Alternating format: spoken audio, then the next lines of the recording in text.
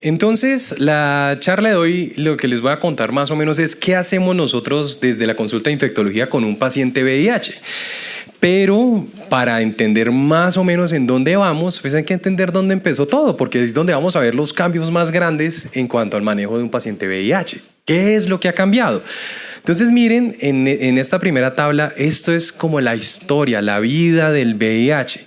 Más o menos todo arranca hacia 1981, cuando obtenemos el primer paciente VIH, cuando se determina que empezó la pandemia. Pero hasta 7 años después arranca el primer antirretroviral. O sea, tuvimos 7 años sin nada que hacer. Un segundo. Me salió un mensaje. ¿Aceptar? ¿Rechazar? Ay, rechacé. Perdón. Bueno, muy bien. Pues esto era muy difícil porque no teníamos nada que hacer con esos pacientes. Esto era una situación tremenda. De hecho, se ha visto que, o los estudios han demostrado que más o menos hasta lo que era antes de lo que se llamaba la terapia antirretroviral altamente efectiva, el porcentaje o el número, o sea, el suicidio en estos pacientes era 65 veces más alto que un paciente que no tenía VIH. Pues porque no había nada.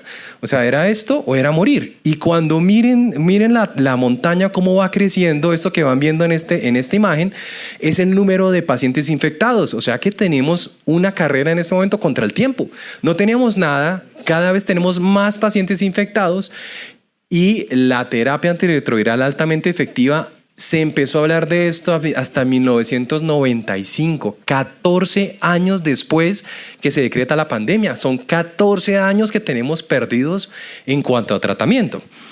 Entonces empieza esa carrera para empezar a sacar medicamentos porque tenemos que sobrevivir al VIH. Eso era algo que teníamos que hacer, tenemos que sobrevivir a la pandemia. Entonces miren que el primer medicamento, la acidudina, 4 años después llega el siguiente, que es la didanosina, y en los años 90 empiezan a salir ya una gran cantidad de medicamentos, familias de medicamentos, se inician los inhibidores de proteasa, llegan los años 2000 y empiezan los inhibidores de fusión y de entrada, y hasta que estamos terminando los años 2000 empiezan a aparecer los inhibidores de integrasa. Entonces miren que aquí empieza una carrera y salen medicamentos. Ahora, ¿esto cambió el curso de la enfermedad? Claro que sí. Miren que los primeros estudios que se hacen del impacto que estuvo en la introducción de los inhibidores de proteasa en estos pacientes es que a medida que empezamos a usar más estos medicamentos, la mortalidad empezó a descender. Entonces, aquí empieza a haber por lo menos una luz al final del túnel. Por lo menos dice, bueno, por lo menos algo tenemos para tratar. Pero eso nos lleva a tablas como estos. Como empezaron a salir tantos medicamentos, los que no se dedican al VIH les dicen, listo, ¿qué podemos hacer? Y les ponen una tabla así.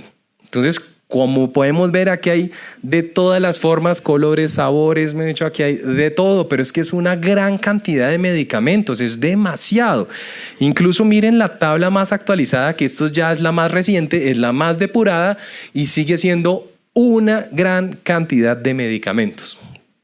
Lo que hacemos nosotros en consulta, básicamente, es empezar a hacer como una receta de cocina, un salpicón y escoger la mejor terapia para nuestros pacientes. Pero entonces esto es algo agobiante porque es demasiado medicamento, hay muchas pastillas. Y si volvemos a la tabla anterior, además de que están saliendo cada vez nuevas moléculas y más terapias, aquí empieza uno de los primeros problemas en cuanto al manejo del VIH. Y es que no solamente hay moléculas nuevas, sino que empezamos a aumentar el número de tabletas en tratamiento diario. Entonces, aquí tenemos otro problema. A medida que empezamos a meter cada vez más medicamentos, el paciente se empieza a llenar de pastillas. Miren más o menos lo que era una fórmula de un paciente en los años 2000. Le ponemos Crixivan. Eso son 2 tabletas cada 12 horas. Estamos hablando de 4 tabletas. Pero el Crixivan tiene que ir con ritonavir, que también son 2 tabletas al día, van 6. Y el paciente tiene además abacavir lamivudina, que son 2 más, van 8 tabletas. Y el paciente tiene CD4 menor de 200, más el trimestoprim, son 9. Y le da dolor de cabeza tomar tantas pastillas, acetaminofén, son 10. Y el pobre cristiano con todo lo que está tomando le da gastritis, esomeprazol. Estamos hablando de 10, 11 pastillas diarias. Eso es mucha pastilla. Entonces, aquí es donde tenemos que hacer un primer stop y tener que cambiar ese concepto, porque es que la adherencia es un aspecto muy importante en el manejo. Por eso desde infectología no solamente poner pastillas y ya. Decirle al paciente tómese esto y adiós, nos vemos nunca. No, la idea es también tenemos que reforzar la adherencia. Miren los estudios que empiezan ya a empezar a decir, listo, miren, la adherencia es importante. A medida que mejoramos la adherencia, entre más el paciente esté adherido al tratamiento, mayor control virológico tiene. Entonces, esto es una de las partes más importantes. ¿Y cómo empezamos a ver en este estudio esta mejoría de la adherencia? Que entre menos pastillas tenía, mayor adherencia teníamos al tratamiento. Yo sé que suena algo de pronto como muy obvio, pero pues esto nunca se había hablado, esto es algo muy novedoso. Y aquí es donde se empieza a hacer el refuerzo, donde la adherencia es parte de las estrategias de manejo de un paciente VIH. Entonces, empezamos a cambiar y empezamos a hablar ya de estrategias de una sola tableta. Esto es un estudio del 2015, solamente por mencionar algunas. Entonces miren que ya se empieza a mencionar que ya no tenemos que usar 15 tabletas al día para tratar a un paciente VIH. Ya empezamos a simplificar el tratamiento.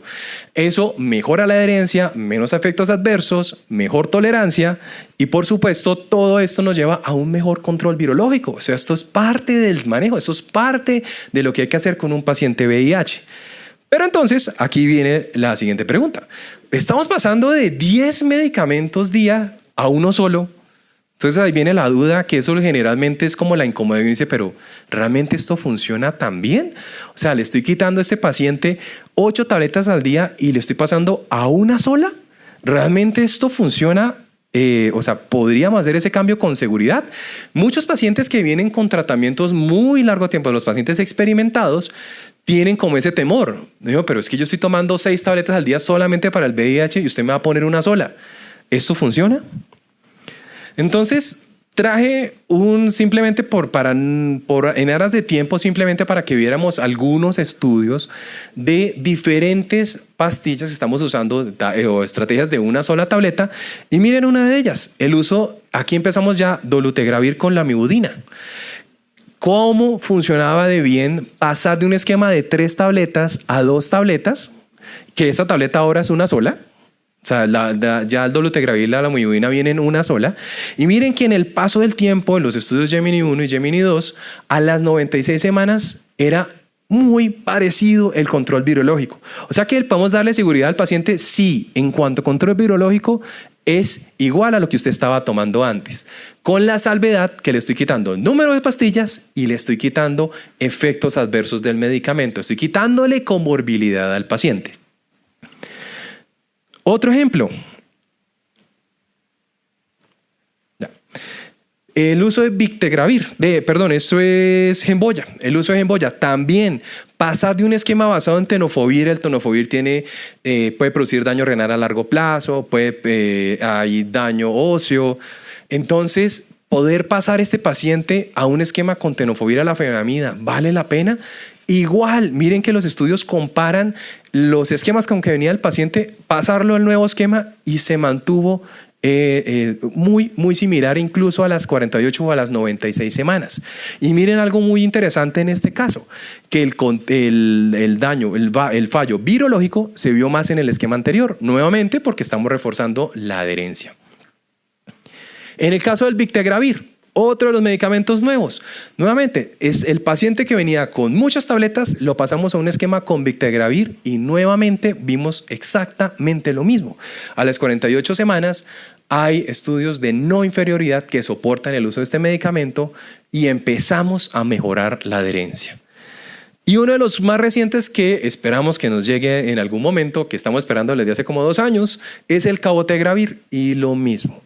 El cabotegravir también son estudios de no inferioridad al pasar este paciente de la continuación del tratamiento antirretroviral a un esquema mucho más cómodo.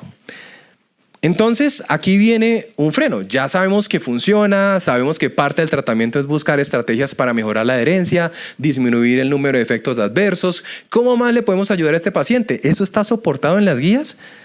Pues miremos qué dicen las primeras. Las guías de HHS, cuando lo vemos acá, fíjense que ya están diciendo, ojo, sí hay una opción, y empezamos a mirar que muchos están fundamentados en inhibidores de integrasa, o sea, unos medicamentos que tienen mejor perfil de seguridad, mucho más fácil de tomar al paciente, ya no son 35 pastillas al día, y en cuanto a las pastillas, las estrategias de una sola tableta, las encontramos aquí, aquí, aquí, aquí y aquí. O sea que tenemos opciones.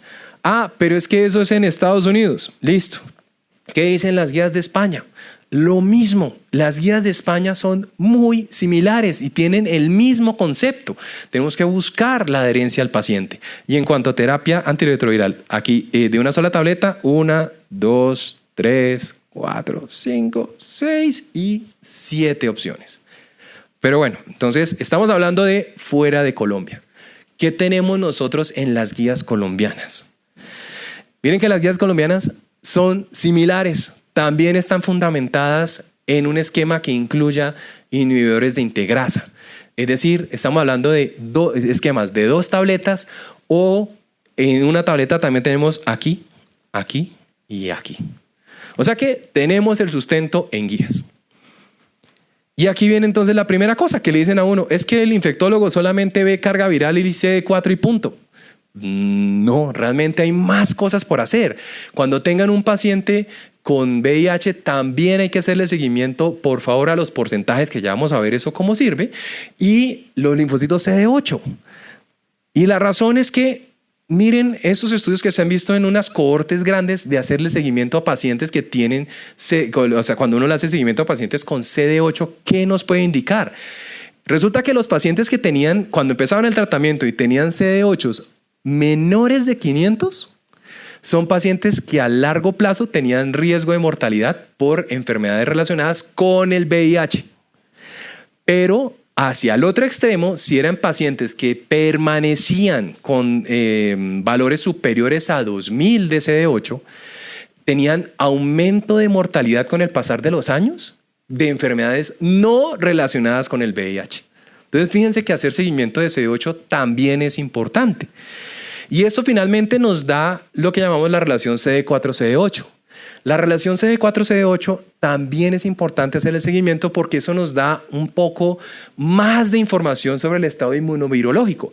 Pacientes que tienen CD8 menores, de relación CD4-CD8 menores de 0.8, tienen mayor riesgo de mortalidad, mayor riesgo de comorbilidades, falla renal, infarto, y en este caso que les traigo acá, de cáncer.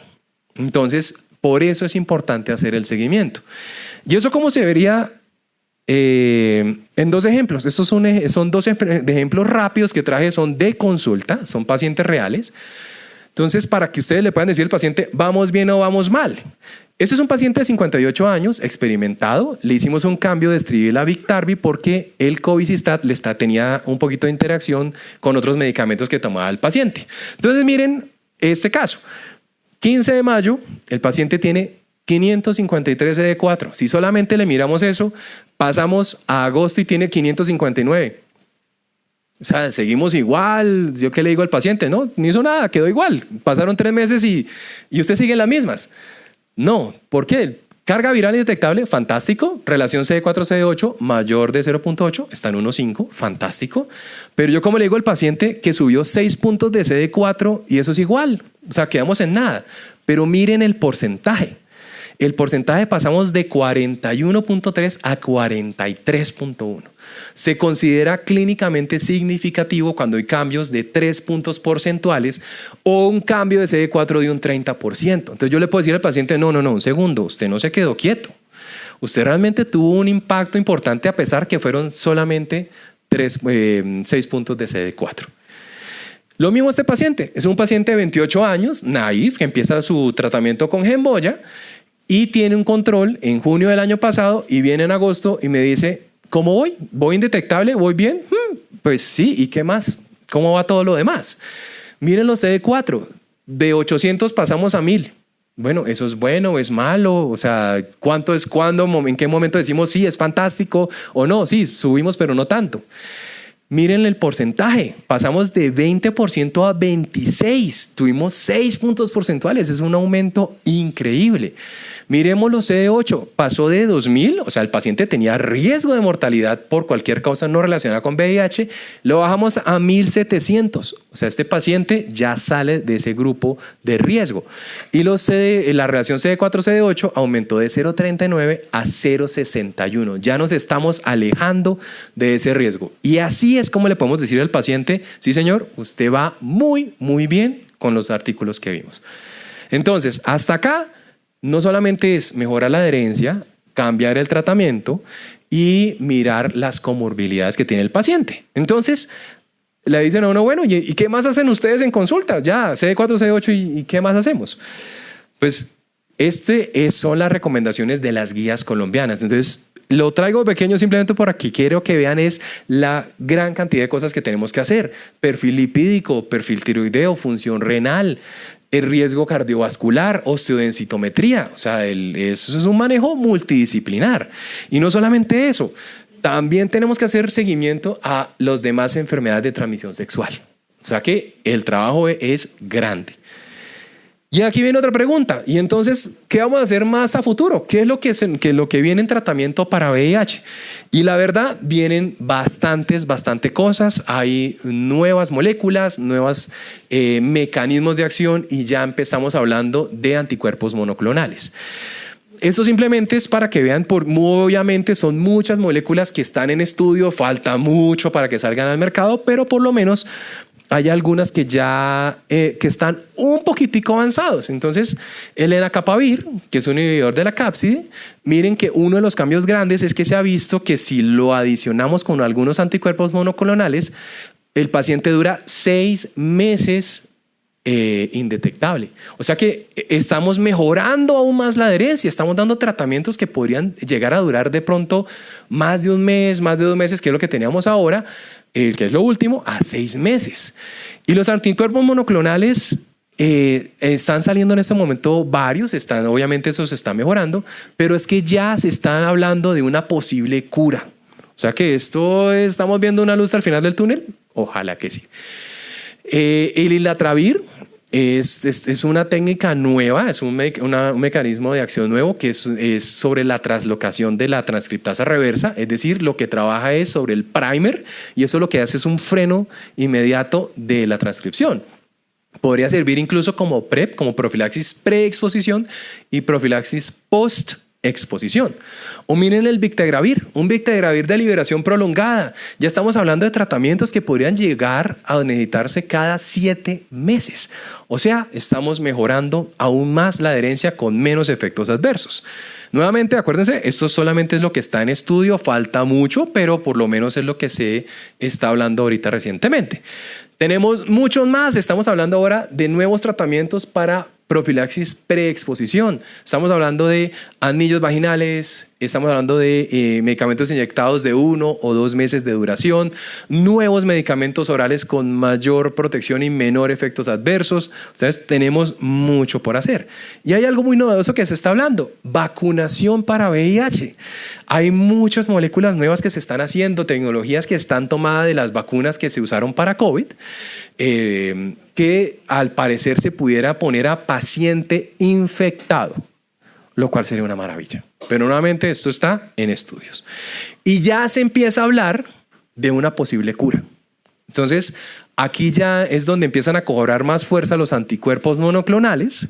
Incluso hay combinaciones con algunos medicamentos y al menos en un plazo mediano se está viendo que controlan muy bien la infección. Todo esto finalmente es ¿para qué? Porque es que tenemos que cambiar el concepto que ya no tenemos que hablar de sobrevivir al VIH. Toda esta mejora, lo que estamos hablando ahora es de envejecer con VIH. Y esto solamente se logra con un paciente muy bien manejado. Porque es que, para ponerles en números, se estima que la población con VIH mayores de 50 años para el 2030 va a ser el 70% de todos los pacientes VIH. Entonces vamos a tener pacientes envejecidos y pacientes con VIH. Y esto se ha visto en este esquemita, que es la edad biológica con la edad cronológica.